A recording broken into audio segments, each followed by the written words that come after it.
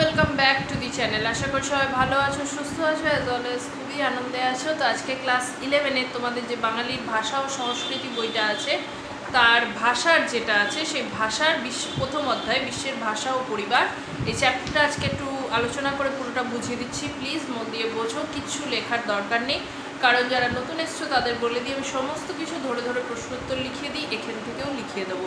কিন্তু তার আগে আমি যেটা বলি, ওই পুরো তাহলে তো একটা বাজার থেকে নোট বই কিনে মুখস্থ করে কোনো রকমে ঝেপে দিলেই হতো, তাই না?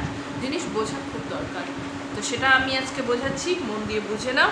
কারণ এর আগে তোমাদের যেটা প্রথম চ্যাপ্টার বাঙালির শিল্প সাহিত্য সংস্কৃতি, এখান থেকে দুটো চ্যাপ্টার বুঝিয়ে অলরেডি লেখানো আছে। এছাড়াও তোমাদের বইয়ের মানে যেটা টেক্সট বুক, সেখান থেকেও বুঝিয়ে প্রচুর প্রোজ পোয়েট্রি বুঝিয়ে লেখানো আছে। যারা নতুন প্লিজ গিয়ে সেটা দেখে নাও। তো আজকে ভাষার প্রথম চ্যাপ্টার বিশ্বের ভাষা ও পরিবার, এই চ্যাপ্টারটা বোঝাচ্ছি, এরপর থেকে লিখিয়েও দেব। তো শুরু করা যায়। বইটা সামনে রাখো, তোমাদের বুঝতে সুবিধা হবে। আমি ডিটেল লাইন ধরে ধরে সমস্তটা বুঝিয়ে দেব না, কারণ যেটা দরকার আমি বুঝিয়ে দিচ্ছি, আর বেশিরভাগ জিনিস কোয়েশ্চেন আনসারে চলে আসবে। সেগুলো কোয়েশ্চেন আনসার যখন লেখাবো তখন তোমরা বুঝেই যাবে, মানে আমি বলেই দেবো সেভাবে। এখন যেটা একটা বেসিক বোঝানোর দরকার সেটাই বলছি। সারা পৃথিবীতে কতগুলো ভাষা আছে নির্দিষ্টভাবে এই প্রশ্নের উত্তর দেওয়া কঠিন, কারণ স্বাভাবিক এক একটা প্রত্যন্ত অঞ্চল, গ্রামে গঞ্জে, মানে আদিবাসী সম্প্রদায়, এরকমভাবে খুঁটিয়ে খুঁটিয়ে বলা কারোর সাধ্য নেই। তবে ভাষাবিজ্ঞানীদের মতে 1000-3 ভাষা এবং সেই সব ভাষার অসংখ্য বৈচিত্র্য ছড়িয়ে আছে পৃথিবী জুড়ে। 1000-3 ভাষা ঠিক আছে, এই ভাষার বৈচিত্র্য কি? যেমন বাংলা ভাষারই রূপতাত্ত্বিক ধ্বনিতাত্ত্বিক বৈশিষ্ট্য আছে, পরে পড়বে। যেমন বাংলা, আমরা যে বাংলায় কথা বলি, কলকাতায় যারা থাকি, একটু দেখবে তো মুর্শিদাবাদ অঞ্চলের লালগোলা, জিয়াগঞ্জ যারা অঞ্চলে থাকো একইভাবে কথা বলো। এই বাংলায় বাংলাদেশে কি একইভাবে বলা হয়? তাহলে সেটা কি বাংলা না? অবশ্যই বাংলা, তার চেঞ্জ হয়ে যায়। এটা আমি যেহেতু বাঙালি, বাংলায় কথা বলছি তাই বললাম। প্রত্যেকটা ভাষারই এরকম কিছু উপভাষা বা আঞ্চলিক উপভেদ দেখা যায়, যাকে রূপতাত্ত্বিক ভেদাভেদ বা ধ্বনিতাত্ত্বিক ভেদাভেদ বলা হয়। সেগুলো পরে বাংলা নিলে সাহিত্যের ইতিহাসে ডিটেলে পড়বে, বা ভাষা নিলেও পড়বে, লিঙ্গুইস্টিক। তবে বেশিরভাগ ভাষারই ব্যবহারকারীর সংখ্যা 10 লক্ষ থেকে কয়েকশোর মধ্যে। এতগুলো ভাষার মধ্যে কোনো সম্পর্ক আছে কিনা সে নিয়ে 16 শতকেই রোমান ক্যাথলিক মিশনারিরা লক্ষ্য করেছিলেন। পরবর্তীকালে জার্মান পণ্ডিত শুলৎস এবং ফরাসি ভাষাবিদ ক্যারদুও বলেছিলেন যে সংস্কৃতের সঙ্গে ইউরোপীয় কয়েকটি ভাষার সাদৃশ্য আছে। 1876 সালে কলকাতার রয়্যাল সোসাইটির অধিবেশনে উইলিয়াম জোন্স তার বক্তৃতায় সংস্কৃত, গ্রিক, লাতিন এবং জার্মানিক গোষ্ঠীর ভাষাগুলির মধ্যে গভীর মিলের কথা বলেছেন। এক তো আমরা জানি সংস্কৃত থেকে বাংলা ভাষার সাথে মিল, এবং শুনলে আশ্চর্য হবে, সংস্কৃত প্রচুর শব্দ থেকে ইংরেজি প্রচুর শব্দ তৈরি হয়েছে। মাত্র, মাদার, ভ্রাতৃ, ব্রাদার, এরকম প্রচুর। তো সংস্কৃত এমন একটা বিষয়, মানে ভাষা, যা থেকে ইউরোপিয়ান, ইংলিশ, আমাদের বাংলা তো অবশ্যই প্রচুর ভাষা সমৃদ্ধ হয়েছে এবং হয়ে চলেছে। এইভাবে ভাষাগুলির মধ্যে তুলনামূলক আলোচনা করে ভাষাগুলোর অতীত ইতিহাস পুনর্গঠন করে গোত্র নির্ণয় করা হয়। পৃথিবীতে এতগুলো ভাষাকে কয়েকটি বিশেষ পদ্ধতিতে বর্গীকরণ হয়। কিভাবে আলাদা করা হয় এতগুলো ভাষাকে? কিভাবে? ভাষার রূপতত্ত্ব বা আকৃতি অনুযায়ী শ্রেণীবিভাগ, গোত্র বা বংশানুযায়ী শ্রেণীবিভাগ। কিভাবে এসছে বংশটা, বাংলাদেশে বাংলা ভাষার বংশ বিভাগটা পরের চ্যাপ্টারেই পড়াবো। মহাদেশ অনুযায়ী বিভাগ, এশিয়ান, ইউরোপীয় মহাদেশ ভাগে। দেশভিত্তিক বিভাগ, ভারত, বাংলাদেশ যেটা বললাম। ধর্মীয় শ্রেণী বিভাগ, ধর্ম অনুযায়ীও ভাষা চেঞ্জ হয়। কালগত শ্রেণী বিভাগ, বাংলায় আগে যেভাবে কথা হতো এখন সেভাবে হয় না, অনেক শব্দ বাদ হয়ে গেছে, অনেক শব্দ যোগ হয়েছে, অনেক শব্দ পরিবর্তন হয়েছে। এই 6 রকম পদ্ধতিতে মহাদেশ ও দেশভিত্তিক সমস্যা হলো যে একই ভাষা বিভিন্ন দেশে এবং এমনকি বিভিন্ন মহাদেশে ছড়িয়ে পড়তে পারে। ভাষা যেহেতু সময়ের সঙ্গে পাল্টায়, তার নির্দিষ্ট কাল পর্বে কোনো ভাষার বর্গীকরণ সম্ভব নয়। ধর্মকে ভিত্তি করে বর্গীকরণ, কারণ একটি ভাষা বহু ধর্মের মানুষ ব্যবহার করে। বাস্তবে এমন কোনো ভাষা নেই যা শুধুমাত্র ধর্মের সঙ্গেই জড়িত। যেমন বাংলা হিন্দুরাও ব্যবহার করে, মুসলিমরা, খ্রিস্টানরা, অনেকেই আছে। বাঙালি হিন্দু, বাঙালি মুসলিম, বাঙালি খ্রিস্টান, তাই তো? আমি বারবার বাংলা বলছি কারণ আমরা বাংলায় আলোচনা করছি, সব ধর্মের ক্ষেত্রে বা সব ভাষার ক্ষেত্রেই সেটাই। তো এইভাবেও আলাদা হয়। আবার কিছু সময় যদি বঙ্কিমচন্দ্রের লেখা পড়ো, তাতে আমরা যা বাংলা দেখি এখন আধুনিক আমাদের শ্রীজাতরা যা বাংলা লিখছে সে দুটো কি এক? বা জয় গোস্বামী যা আগে যে বাংলা লিখতেন এখন যা লিখছেন দুটো এক? আমরা আগে যেভাবে বাংলা ভাষায় কথা বলতাম আজ কি সেভাবেই বলি? তো এই হচ্ছে আলাদা। এবার ভাষার রূপতত্ত্ব বা আকৃতি অনুযায়ী শ্রেণী বিভাগ, এটা কোশ্চেনে আনসারে আসবে, তাই এটা নিয়ে ডিটেল আলোচনা এখন করছি না। আর আছে গোত্র বা বংশ অনুযায়ী শ্রেণী বিভাগ, কোন ভাষা বংশ থেকে বা কোন গোত্র থেকে সেই ভাষা এসছে তার উপর একটা শ্রেণী বিভাগ। আর একটা হচ্ছে অবর্গীভূত ভাষা। অবর্গীভূত ভাষা বলতে সাধারণত আমি উদাহরণ দিচ্ছি, যেগুলো হচ্ছে গ্রিক, ইতালীয়, জাপানি, কোরীয়, বাস্ক ইত্যাদি। মেনলি জাপানি, কোরীয়, বাস্ক এগুলো মিশ্র ভাষা, কয়েকটা ভাষার সাথে মিলমিশ করে যে ভাষা তৈরি হয়, দ্যাট ইজ মিশ্র ভাষা। যেমন একটা উদাহরণ দিচ্ছি, বিচলা মার হলো ইংরেজি ভাষার সঙ্গে স্পেনীয় ও পর্তুগিজ ভাষার মিশ্রণ। এগুলো ছোট ছোট টিকার আকারে আসবে, যদি না আসে আমি তখন একটু বুঝিয়ে দেবো। এবার আছে কিছু কৃত্রিম ভাষা। এই কৃত্রিম ভাষা মানে নিজে থেকে যেগুলো তৈরি করা হয়েছে। সারা পৃথিবীতে প্রচলিত এতগুলো ভাষা সমস্ত মানুষের পক্ষে মনের ভাব আদান প্রদানের পরিপন্থী। তাই জন্য কি হয় যে এক জায়গার মানুষ পৃথিবীর অন্য প্রান্ত গেলে তাকে শিখতে হয় মাতৃভাষা ছাড়াও কয়েকটি ভাষা। ভাষার এই বিভিন্নতার জন্যই রয়ে গেছে মানুষের মধ্যে বিচ্ছেদ, মানসিক দূরত্ব। কারণ আমি গেলে বলবো রাশিয়াতে ইংলিশটা একদম ওরা ব্যবহার করে না, ওখানে গেলে যদি রাশিয়ান না শেখো খুব অসুবিধা। এছাড়া ফ্রান্স বা জার্মান, ওখানেও ইংলিশটা জানে কিন্তু অতটা বেশি ওটা ব্যবহার হয় না, তাই ওখানে গেলে ফ্রেঞ্চ বা জার্মান না শিখলে খুবই অসুবিধায় পড়তে হয়। তো এই হচ্ছে ব্যাপার। তো এরকম একটা কৃত্রিম ভাষার এখানে নাম দেওয়া হয়েছে, যেটা হচ্ছে এসপারান্তো। তো এরকম একটা এই নাম থেকেই তার প্রস্তাবিত বিশ্বভাষার নাম হয় এসপারান্তো। কি 1887 সালে পোল্যান্ডের একটা চক্ষু চিকিৎসক এল জামেনহফ আরেকটি অকৃত্রিম ভাষা তৈরি করেন।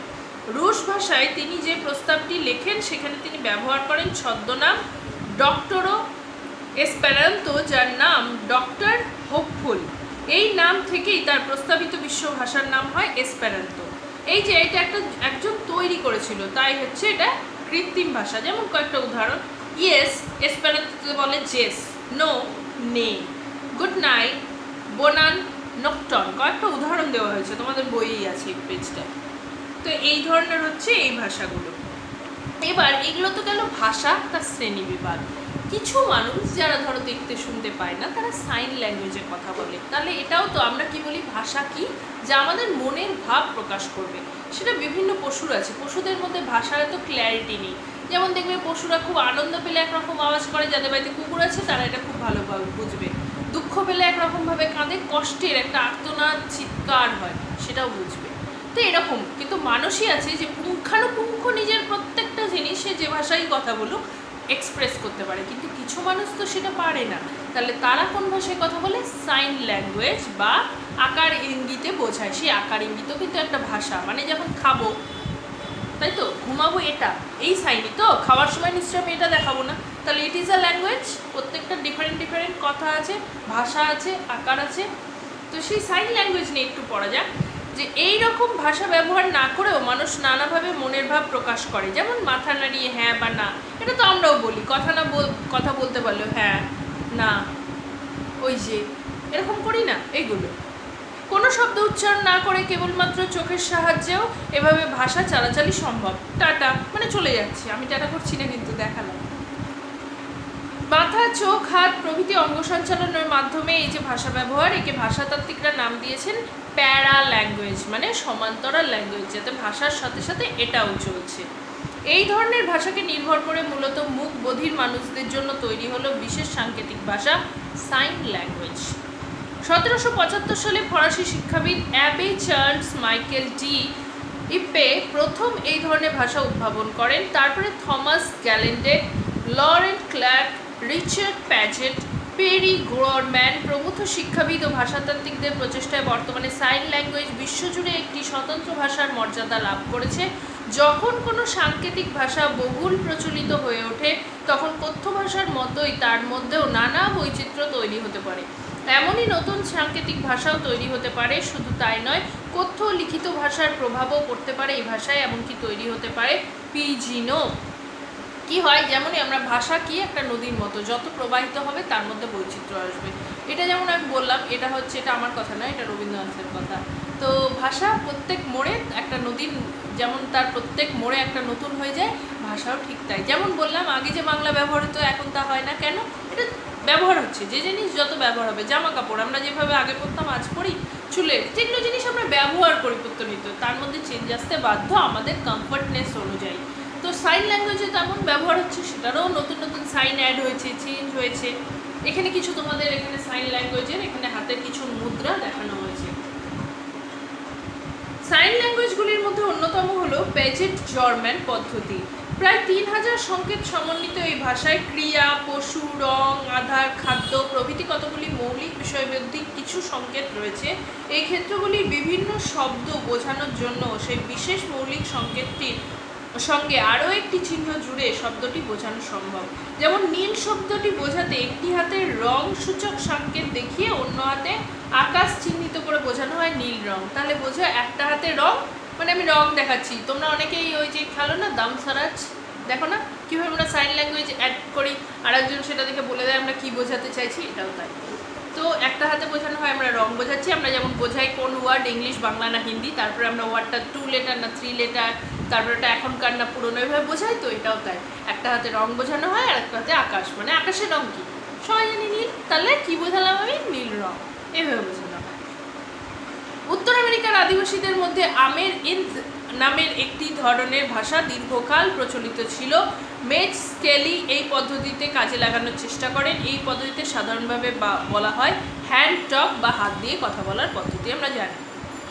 তবে এই ধরনের ক্ষেত্রে সর্বাধিক জনপ্রিয় হলো আঙুল দিয়ে বানান করে শব্দ বোঝানোর পদ্ধতি। একদম ছোট বাচ্চা, আমার একটা ছোট বাচ্চা আছে 4 বছর বয়স হলো সবে, ওকেও দেখি স্কুলে যখন বোঝায় না, ওরা তো ডিফেন্ডাম না কিন্তু ওদের বোঝানো হয়।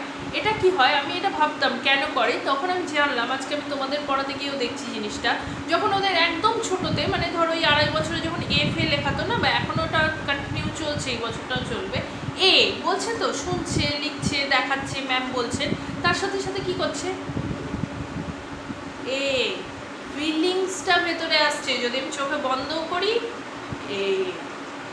এই পদ্ধতিটা আমি দেখলাম কেন করাচ্ছি, নিজে করে দেখলাম। বা লেখা আমি তোমাদের বলি না, আমি যখন কোয়েশ্চেন আনসার লেখাই, যারা নতুন জানো না, পুরনো যারা জানবে, যে আমি ভিডিওতে বারবার বলি দেখো পড়াটা বুঝে নাও, কিন্তু যখন আমি লেখাবো তোমরা আমারটা শুনে নিজেরা লিখে নিও, নিজেদের লেখা দেখে পড়ো। কেন? ওই যে লিখছো নিজের মনের মধ্যে গেঁথে যাবে। আমারটা বকর বকর শুনে যদি মুখস্থ করো মাথার উপর দিয়ে উড়ে যাবে। লিখে নাও, দেখবে ওটা তখন নিজের হয়ে গেল, এবার পড়ো।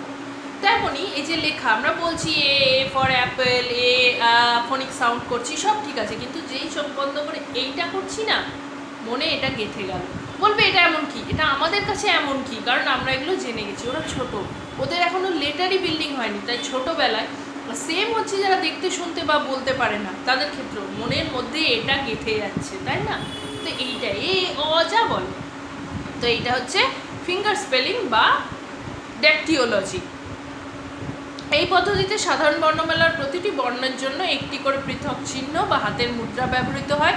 ব্রিটিশরা ক্ষেত্রে 2টি হাত ব্যবহার করেন, আমেরিকান সুইডিশ পদ্ধতি আবার একটি হাতই ব্যবহার করে, এর সুবিধা অনেক। এবার যারা জানে না যে এই জিনিসটাই কি, তাদের জন্য এক একটা সাইন আছে। আমি যে এটাকে এরকম বোঝালাম, তাদের এক একটা সাইন আছে। প্যাজেট জার্মান পদ্ধতিতে অনেক শব্দই বোঝানো হয় না। স্থান বা নারী পুরুষ বোঝানো সম্ভব হলেও বেলপাহাড়ি বা সুচিত্রা সেন শব্দ দুটি এই পদ্ধতিতে বোঝানো যাবে না। মানে ইচ অ্যান্ড এভরি ডিটেল তো এরকম সাইন ল্যাঙ্গুয়েজ থাকা সম্ভব না। তবে হ্যাঁ, যত দিন যাচ্ছে উন্নত হচ্ছে, হয়তো একদিন পসিবল হবে। ফিঙ্গার স্পেলিং পদ্ধতিতে কিন্তু তা সহজেই বোঝানো যেতে পারে। ব্রিটিশ এবং আমেরিকান পদ্ধতির তুলনামূলক দুটি ছবি থেকে বিষয়টি সহজেই বুঝতে পারবে। তবে এই পদ্ধতির সমস্যা হলো নিরক্ষর মানুষ এবং শিশুরা এই ভাষা বুঝবে না। এই সমস্যা দূর করতে রচেস্টার পদ্ধতিতে এখন মৌখিক ভাষা ও আঙুল দিয়ে বানান করা হয়, একই সঙ্গে ব্যবহার করা হয়ে থাকে। যেমন বললাম যে আঙুল দিয়ে বানান। আমি কি লিখলাম? রাবি, আমার ছেলের নিকনেম, ওটাই লিখলাম, সরি। তো এই বললাম, আশা করি বোঝা গেছে। আর ইন ডিটেল যেগুলো বাদ দিলাম সেগুলো কেন বাদ দিলাম, কারণ লেখানোর সময় এটা তো যেগুলো ইনফরমেটিভ টেক্সট হয়, আবার বলবো ওয়েস্ট অফ টাইম, তো আমি এগুলোই লেখাবো, তখন আমি বলেও দেবো, ঠিক আছে? যে রূপগত বৈশিষ্ট্য, ধ্বনিগত বা যেটা কৃত্রিম ভাষার যে উদাহরণটা দিলাম সেগুলো লেখাবার সময় দিয়ে দেবো। তো আশা করি বুঝতে কোনো অসুবিধা হয়নি। প্লিজ দেখো, কোয়েশ্চেন আনসার দেবো বলে ভিডিওটা দেখলেন, আমার ভিউয়ের জন্য বলছি না, তাহলে তো কোয়েশ্চেন আনসারের উপরেই শুধু ব্লগ বানাতাম, আমি তো বোঝাতামই না। কেন এটা বুঝে নাও। আজ আমি কোয়েশ্চেন আনসার লিখিয়ে দেবো, যার জন্য আমি সাজেশন দিই না বা বিলিভও করি না। হ্যাঁ, পরীক্ষার আগে লাস্ট মিনিট অবশ্যই কটা দিয়ে দেবো, কিন্তু এই সারা বছর সাজেশন ভিত্তিক পড়াশোনার প্রতি আমার অনীহা আছে এবং আমি তার বিপক্ষে। কারণ আজকে যেটা তুমি সাজেশনে পড়বে, আচ্ছা বলতে পারো পরবর্তীকালে যারা সাহিত্য নিয়ে পড়বে, বাংলা বা ইতিহাস বা ভূগোল বা বিজ্ঞান, ওই সাজেশনে যে কটা পড়েছো ওই কটাই ওপরেই কি পড়াশোনাটা ডিপেন্ড করবে? চাকরিতে ওই কটাই ইন্টারভিউয়ে ধরবে, তাহলে এই পড়াশোনাটার লাভ কি? তখন কি 11, 12, 9, 10 আবার পড়তে বসবে তোমরা? আর বিলিভ মি, আমরা যদি পড়ে থাকি, সবাই যদি পড়ে থাকে, তোমাদের মধ্যে এমন কি দুর্বলতা আছে যে তোমরা পারবে না? সারাদিনে 2 ঘন্টা টাইম দাও, তার বেশি সময় দিতে হয় না। এনাফ, ফলো মি প্লিজ, তাহলে দেখবে সুবিধা। এই সাজেশন, এই কোনো চালাকিবাজি করে হয় না। এত চালাকি করে যদি পড়াশোনা পসিবল হতো, মনে হয় না গরু ছাগল ইঁদুর বাদর সবাই কয়েকটা বই নিয়ে স্কুলে যেত আর পড়াশোনা করতো? অতটা সহজ না, তাই না? পড়ো, খুবই আনন্দ পাবে, জীবন সমৃদ্ধ হয় পড়াশোনায়। নাহলে কি মাথায় বাজ পড়েছিল লোকে যে এত কষ্ট করে সিলেবাস তৈরি করে পড়াশোনাটার উদ্ভাবন হলো, তাই না? এগুলো কি ভেবে খুব ভালো লাগবে। ভালো থেকেও, মন ভালো থাকে। সত্যি বিলিভ মি, একটা বয়স যখন আমার বয়স বা তারও পরে যাবে, দেখবে শিক্ষা মানুষকে সমৃদ্ধ করে। আর এই সমৃদ্ধতা কিন্তু ওই সাজেশন ভিত্তিক পড়াশোনায় আসে না। ঠিক আছে, জ্ঞানও দিলাম, সেটা আমি দেবো, আমার কাজ। শুনবে না সেটা নিজের কাজ, শুনলে ভালো হবে। তো আশা করি ভালো লেগেছে। কোয়েশ্চেন আনসার লিখিয়ে দেবো, কোনো চিন্তা নেই, একদম টু দ্য পয়েন্ট, যতটুকু দরকার ব্রিফ জানোই আমি লিখিয়ে দিই, এক গাদা ঘ্যানঘ্যানা নিই না। তো সেগুলো দেখতে থাকো, এছাড়াও প্রচুর ইনফরমেশন পাবে, সেগুলোও দেখতে থাকো। দেখা হবে নেক্সট দিন with a brand new blog. যদি ভালো লাগে ভিডিওগুলো, কাজে লাগে, সব থেকে ভালো লাগার থেকে বড় তোমাদের কাজে লাগে, হেল্পফুল হয়, তো অবশ্যই চ্যানেলটাকে লাইক শেয়ার সাবস্ক্রাইব করো। Any queries please comment section open আছে, জানি। দেখা হবে নেক্সট দিন with a brand new blog. ভালো থেকো, টাটা।